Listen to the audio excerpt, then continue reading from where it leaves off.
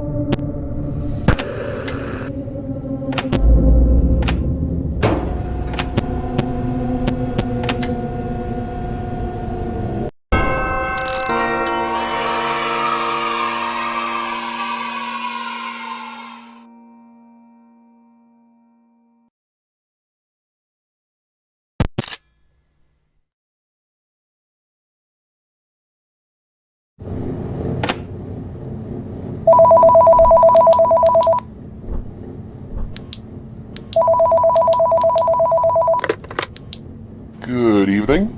This is the second of 5 pre-recorded trading messages. I'm going to assume that everything went smoothly the last time you were here. For tonight, I want to discuss the older Chuck in more detail. By now, you've probably found him resting in his closet behind you, and if you didn't, well, that's where he is. From our testing conducted by the big man, we found out he's sort of the opposite of our studio Chuck when it comes to light. He doesn't like it very much at all. If God forbid you see him creeping up closer to you, fight back with a flashlight. Simple and easy. Come to think of it, he's quite similar to our other piece of time Chuck at the old location. But surely that's a coincidence. I also thought I would talk about animatronics a little more. Look, it's no secret that our animatronics aren't the cleanest out there, but I assure you, this is not our fault. We had these cyberamics shipped to our door in various states of disrepair by abandoned incompetent delivery workers. There's nothing we could have done about it. We managed to restore them a little bit, but you know how hard it is to find spare parts these days, right? Didn't mean to ramble there. Sorry. Keep conserving that power, door closing, camera checking, gate lowering, and stuff like that. You'll be fine. In theory. This concludes the second training message. Keep up the good work.